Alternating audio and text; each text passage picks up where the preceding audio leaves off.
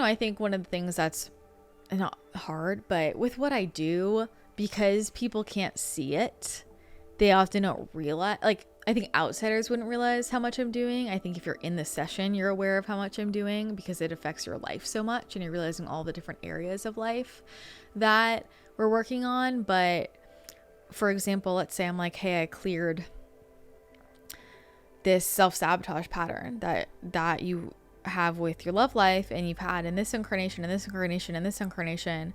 To the receiver, that can sound really fast and easy, but to actually do that mechanically in the energy body can like be a 30-step process and require a lot of energetic movement every step of the way. Hello everyone, welcome back. So today I have Tynelli here every day, but I had some sessions this morning, so we had our filming a little bit later today, and Tynelli actually got to record one of the afternoon sessions, and we're gonna vlog about it so you can watch that, right? But that was his first time in a session. He got to kind of see it a little bit, although he sees it differently than I see it, and he had some questions, so I thought we'd just bring it on the podcast. So what do you want to know? I see you in your zone doing your thing, but I want to know what's actually happening in your in your mind. Like what's happening when you're going in someone's field or clearing their energetic, what's happening? There's a lot happening. So the second I like kind of open it up, that's immediately when any of the beings that are helping that person are going to come up. So any certain spirit guides, for example, or like spirit animals, past loved ones, ascended masters, star family, any beings that are around them are going to come up. So there's usually people that come into the room. The first thing I do when I open up, because I do it in layers. I always say it's kind of like those glasses that, those National Treasure glasses? It's like that, where it's like, I'll be like, okay, let me see this view. And then let me see this view, because I'm doing different layers. And literally what it looks like, the best representation is, in Iron Man, you've seen Iron Man, right? Of course. In Iron Man, how the way that he works with the computer, it's like a 3D hologram around him. That is exactly what it looks like. Wow. From my POV. That's exactly what it looks like. So I'm working in the hologram. So I'll see the beings, and then I'll be working on their auric bubble. So the bubble we're in, I'm like looking at what's going on, what the colors, what it looks like. And all this takes time. And then I'll go into, one layer, just kind of how their chakras are looking high level. And then I go into the actual circuits in their body. And that's the one main thing I want to make sure I'm getting fixed. So all of their piping, essentially, between chakras, you have so much energetic piping, and then any stuckness, any attachments, any, cords or hooks, like there's just so much that's going on in your system. And so I just want to make sure it all looks like a clean machine, basically, so the energy can flow properly. And everybody's circuitry looks a little different. Not everybody's the same. So I'm just working with that, and their soul, their guides are like kind of walking me through what's going on. At the same time, I'm getting intuitive information. So while I'm in the session, because I'm psychically seeing everything around me, like that hologram, as I'm working, I'll also be shown things in my mind's eye or hear things clairvoyantly, or the guides around their soul will say things to me. So I'm getting information as I go.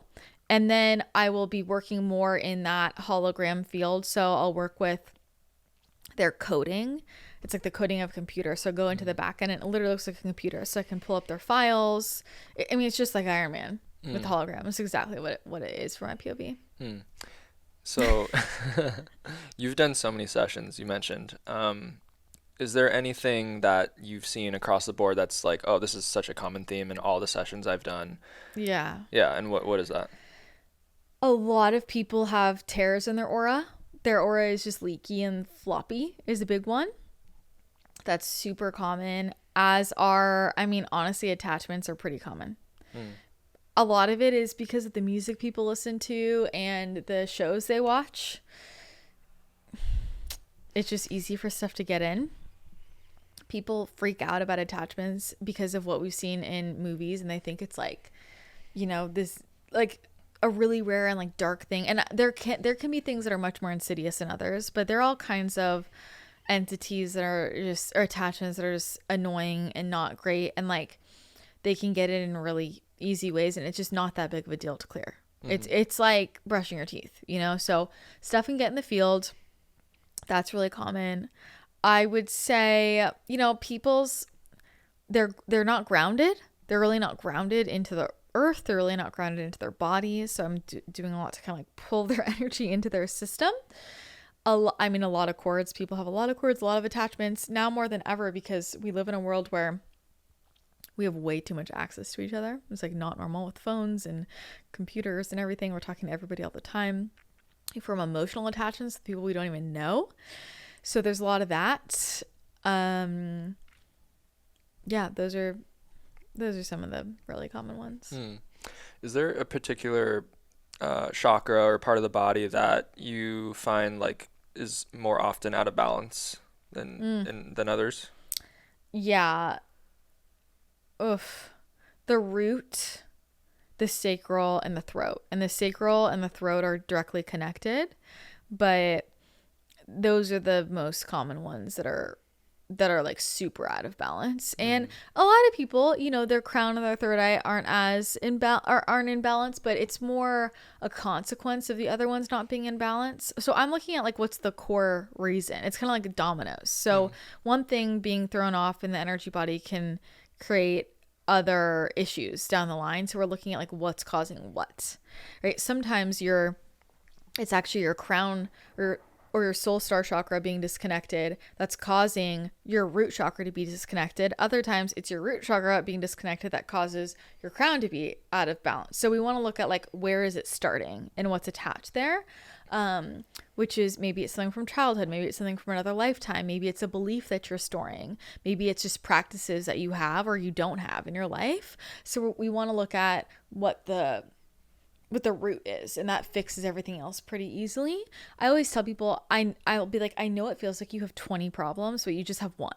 So we just need to figure out the one, and that balances everything else out. We're looking at the common energetic thread. So that's what's on a very basic level usually off. Yeah. How do you feel during the actual session? Like, does it feel like you're doing a lot? Like, does it drain you to move all that energy out? Like, what's been one of the hardest sessions you've had to do, and what does that feel like when, you know, you say you have like so many entities you're clearing? Like, how does that feel? Well, while I'm in it, no. I imagine it's like how a professional athlete feels, right? Like while you're in it, you're probably you're so in it, you know? Like, I don't know. Is it hard to swim like Michael Phelps? Like while he's in it, it's just what he's doing. But like if he thought about it, yeah, it's probably hard, and he's probably tired after, right? And I think that's kind of how I feel. Like while I'm in it, I don't feel adrenaline, but it's the same kind of idea as if adrenaline is taking over and you're just focused. So I actually feel energized because the energy is flowing through me. So there's like really high frequency energy flowing through my whole body, and I'm just a vessel, right? So it's much more that the divine is just working through me. Like that's really what's going on. So I'm not as in control.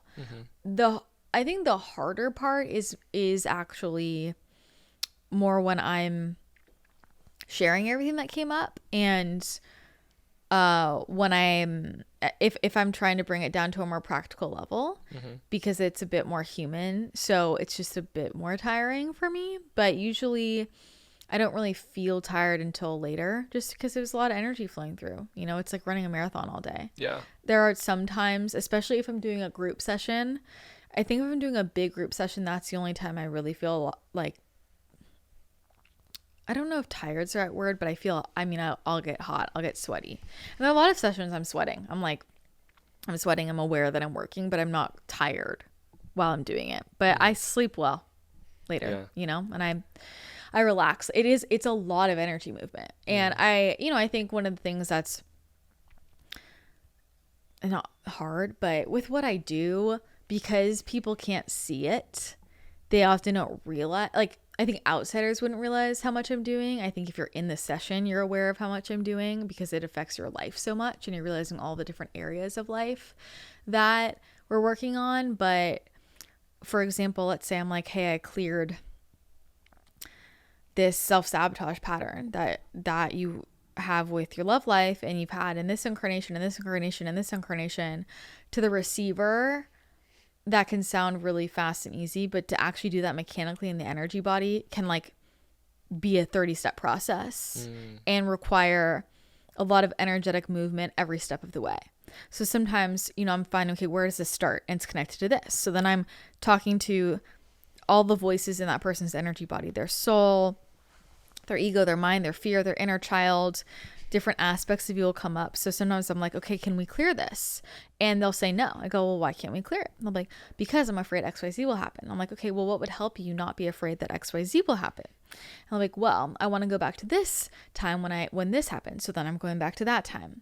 And then maybe we have to involve, dead grandma, or we have to involve spirit guide. And then we have to go to it's like, it can be a 30-step process just to get the part of you that's self-sabotaging to be on board with us clearing an energy, because I can't force an energy to clear. That's not my job.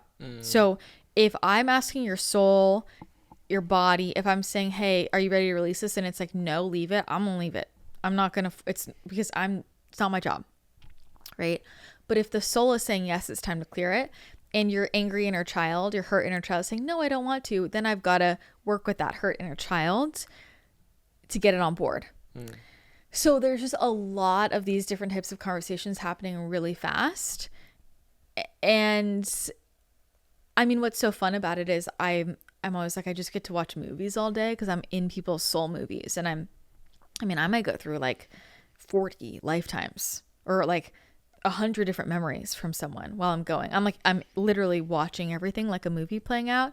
Then I have to synthesize all of that and it makes sense of all of that and work with the energy of all of that. And so it's just very complex and multi-layered. I mean, if I had time, I could easily spend an entire day on someone's energy field. Wow. Yeah. I wouldn't, but I mean, you can only take so much at once. Yeah. It's like, you don't want to do 5 procedures always all at the same time. Sometimes you like space it out and you let your body recover. Yeah, that makes sense. So tell me about so think about the first time you've ever done an energy healing session till now. Like what's something that's changed, or like maybe it's a technique or something that you've noticed that you've shifted into from the first time you've done it to now. What's the biggest shifts you've gone through? Well, I definitely do a lot more. Yeah. The longer I go, the faster I am. My capacity to channel energy is just a lot stronger.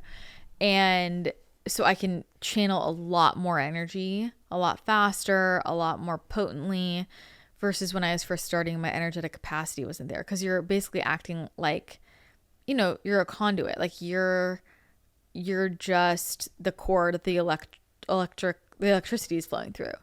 But if there's too much electricity, it could burn the cord, that kind of idea. So you're like strengthening your own capacity and making your field bigger, and also just more work with, I think, more like different beings, different galactic beings, different ascended masters. I over the years, you just build more and more non-physical friends, and so that invites in more of that into the conversation. I think the longer I do this, the less I involve the mediumship route. I think when I first started, I was doing a lot more mediumship. And if it comes up, it comes up, but I just don't really bring that in as much. Like if someone's, past loved one is very, very present, or their intention is to connect with that, then yeah, of course. But it's not the first place I go. It's just not everybody has like their main place. So, I mean, there's so much to read psychically, endless things. It's like what people don't realize about psychic gifts. It's like, me saying I'm a psychic is like me saying I'm a professor. You're like, a professor on what? right? There's so many different classes you could teach. Like think about all of the classes in college and all the subjects. Different intuitives have different levels of expertise. They have different classes they're teaching. And I think people don't realize just how vast the field is and all the things you could specialize in and read and the way that you could work. So yeah, there's a lot to read, but I think, yeah, I used to do a lot more kind of like on the mediumship side, and now less of that, but I just think I do a lot more in general. And now what I'm doing on the energy body side is just so intricate. Like it's so intricate. I don't know anybody else that does that. That's my art. It's like that is what my gift is. And 100%. It's why I have the gift to see holograms. It's just my art. And other people have other gifts I don't have. But that it's just the mechanics make a huge difference. I mean, that's how we can turn things on and off really fast in the body versus just talking about it or identifying it. So the more mechanical part that I'm talking about, when I'm like kind of tying everything together, fixing everything, pulling like that, I spend a lot more time on, and I'm working on in a lot more intricate of a way. Yeah. Than when I first started. Is there ever a time where you doubted your gifts, or you just didn't want to work in this field after the nutrition? Yeah. Not with energy healing specifically ever, but with my psychic abilities, yeah. And I think with the different layers of channeling, 100%. Like channeling, I consider to be a broad term. Like being an intuitive and reading things psychically, there's so many different ways you can read or intuit. So I can look at in someone's energy field in different capacities and explain what I'm seeing. But when I started channeling, I think that's where a lot more of I don't know, it was a lot more intense for me, like having another being utilize your body to talk. And it was really, I mean, it's very powerful work. And I think a lot of my greatest, my biggest breakthrough moments have been through information that comes in that way. Like having Yeshua talk through my body, and I record and listen back, and I'm like oh my God, messages from the Ascended Masters have really changed my life, and like to this day. But I think for me, it was more of an internal process of like, that's very much how that wanted to come through. And my ego very much didn't want that. And there was a big battle with that and like how my gifts came up. I think I definitely went through phases, and I still do, of like, if I want to be in the spirituality space, because I know every industry has its stuff, but for a space that's supposed to be about love and healing, there is so much darkness. Like there's so much ego. I think there's more ego in the spiritual space than anywhere else. I think there are so many unhealed healers. I think there are so many people throwing around energy, making up random shit and thinking they're psychic. Like, I just think it's so wild that there's definitely a piece of me that wants to be not associated with it. There's a reason people have negative ideas about it, for sure. And obviously I'm in this industry, so I don't want people to write off a whole industry, but I think I tell myself, like, you can be the one that changes their mind. And that's why a lot of the clients I work with are that person, right? They're the much more grounded, they're the executive, they're the CEO, like, and they're coming in and like, wow, like I thought all of this was bogus, but you're very grounded and everything you said is spot on and it's very practical.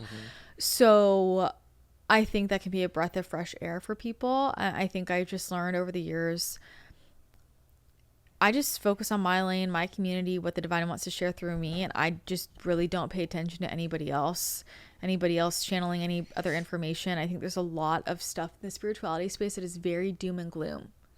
Very doom and gloom, very negative, very the world is out to get me, very victim mindset, very blaming everyone else. It's everyone else's fault.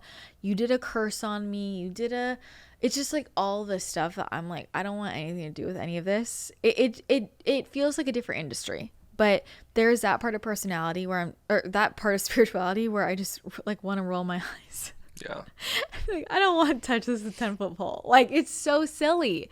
And I think the point of spirituality for me is personal growth and being the best version of ourselves and being happy and joyful. And the number of people that use it in really twisted ways and use it to say behavior that's unhealthy is okay because it's my karmic contract, or I mean, it's just bullshit. It pisses me off, to be honest. Yeah. But people can do what they want to do.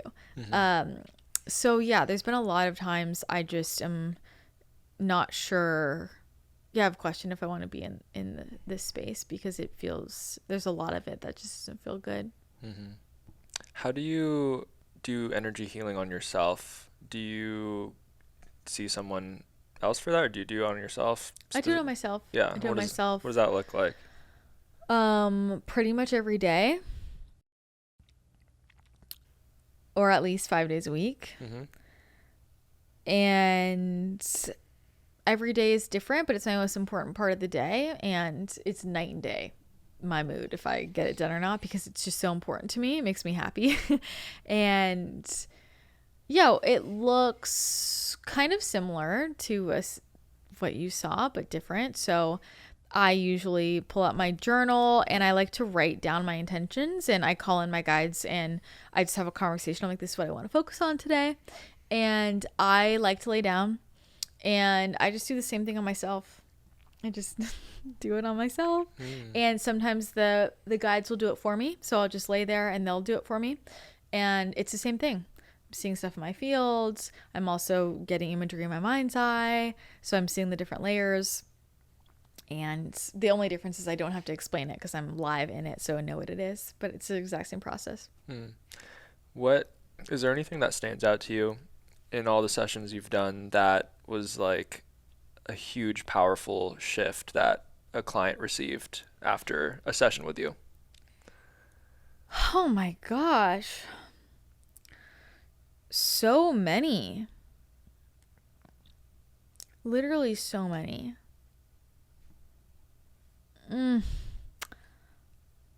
I would say the identity shifts people have. Like immediate often. In the session, they're like, holy shit. And they remember everything. Like who they really are and what they're really here to do. Wow.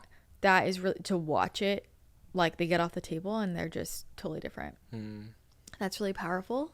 I think anytime, obviously, there's a physical healing where put your hands on someone and they're like, literally my pain is gone. And I've had that my whole life, where I've seen every doctor. Again, it doesn't happen every time. Yeah. Because there's a lot of other stuff that goes into that. But it happens enough where, I mean, it never gets old. And I think just seeing people, are crying, like, because the relief. And you realize the impact that has on someone's life. I mean, I know what it's like to be sick and in pain. It makes a huge difference. I think the electricity when someone has questions and they feel confused and clarity, and sometimes I'm channeling an entire business plan for them and they're like, oh my God, it's this simple. Just follow the steps. That happens all the time. And then you watch people totally change their lives overnight. Or obviously the loved ones, right? The number of people, they'll send me pictures of their ring and they're like, you told me about this. Wow. Like, I think whenever it's connected to a big life moment, it's just really, really rewarding for me to see, and just cool to be a part of. Yeah. Yeah. That's awesome. What does it look like when you're healing like family or close friends? Like, how is that different than a stranger coming in that you've never met you don't have a close relationship with? It's harder. Yeah. I don't do my family. I mean, I would if they wanted, but I would probably turn off the psychic part of it and just work on their field. Friends, I gotta be careful. Because sometimes people, they think they want help, but they don't want to hear it from their friend. Yeah. So it just depends on the person, and a lot of people I say no to. I'm like, go see someone else, or I set conditions. Yeah. I'm like, if I do this, you got to really show up this type of way. You got to take this really seriously. You got to listen to this like, not like I'm your friend, right? Because this is my craft. So I think sometimes I have stronger boundaries with that. I don't say yes to everybody. And I think it's harder, like, with what just happened of I'm if it's someone I don't know, I don't have any personal attachment at all to what I say. Okay? Yeah. I know nothing about them. But when I know a lot about them and when I know deeply and intimately what the things that they want, of course, there's a piece of you that always wishes that what comes through in the reading is what they want. But a lot of times it's not. And that's why they're in the session. Yeah. So, that happened right there. I was like, I don't want to say this, but this is just honestly what I got. And that doesn't always, like, I don't have a problem saying it, but I do think I've had experiences where people tell me, tell me what you're getting. Like, I can handle it. And I tell them, and then the messenger is shot. So I've had that end relationships. So I definitely have a bit more, caution with it. It feels very vulnerable for me. And I don't think it's a good idea with everybody. So that person has to be really able to kind of separate me as a friend from me as a practitioner in that setting. And if they can't do that, then it's probably not a good idea. Yeah. I think that's all I got. Cool. Yeah. Well, thanks for sharing. Was it different for you watching it like that than before? Before, as in? Like with Josh's session or group? Like, did it feel, what was different for you? Yeah, well, like you said, each session is different. I think this session that we just did was way different than Joshua's session. Yeah. And then the group, I don't know, it's interesting to see it in the group setting because I feel like everyone's energy is like powering each other, and there's a lot of emotional release. But this one, I feel like you just get deeper with the one-on-ones. Yeah. And so I thought it was really interesting to hear your like chat afterwards too, and see the questions that pop up and how you guys navigated that. What was interesting about the chat? Well, I just feel like, like you said, it's hard to say you're just the messenger, and it's interesting to see what comes through if people don't want to, maybe not something that someone doesn't really want to hear, or like how does that, like how that exchange goes. Yeah. Or if there's any loopholes, like, I know. Like, it's like, you said this, but can I find a way to like still do it, but not, which I know. Everyone wants a loophole. Yeah. Everyone wants a loophole. I'm like, sorry, it just is what it is. Yeah. And I think earlier on when I was younger, I really wanted to find loopholes for people.